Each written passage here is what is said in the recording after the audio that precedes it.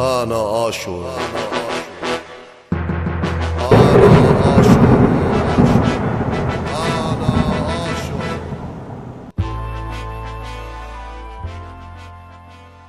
Things have happened which made it more difficult to people to recognize what the present-day Assyrians are.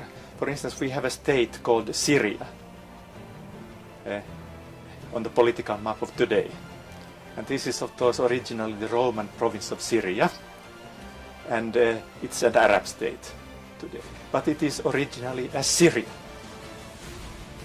It is the western part of the Assyrian Empire, which was first established as a Babylonian province with the name Assyria, and then as a Persian province with the same name Aššūrā, and then a Roman, let me see, a Seleucid, that's a Hellenistic province, then with the same name, and so on. And the thing here is that the reason why it is called Syria is that in the 7th century BC, already starting in the 8th century BC, under the Assyrian Empire, the Assyrians started to drop the A at the beginning of the word. So Aššūr became Shur, and the name of the language Aššūrīt became Sūrīt. And from that, Greeks got the name Sūryā, which later became Syria, and so on. So many of the today's Syrians, do not know that they really originate from ancient Assyria, but the identity, Assyrian identity, has better be preserved in the eastern part of the old Assyrian Empire, which was the so-called Assyrian heartland. In the neighborhood of today's Mosul. There we have the so-called plain of Nineveh, where still the majority of people living there are the descendants of these ancient Assyrians. And at the moment, as a consequence of this Gulf War in Iraq,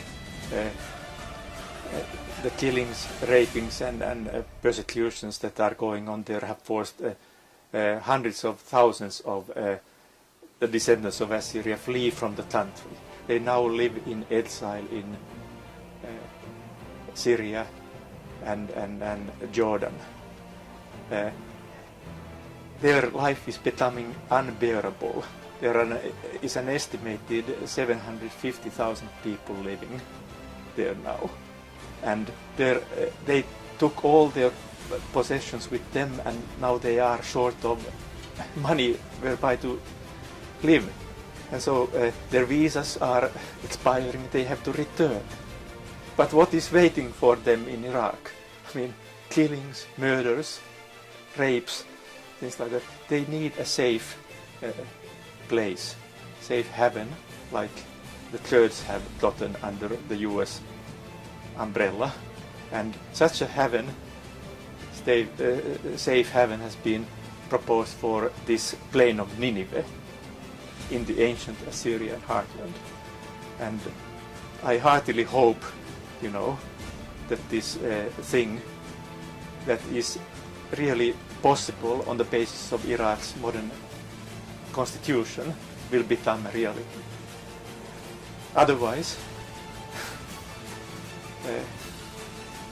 it may happen, that the history of the Assyrian nation, which has continued from ancient times until these days, will come to an end in a very near future.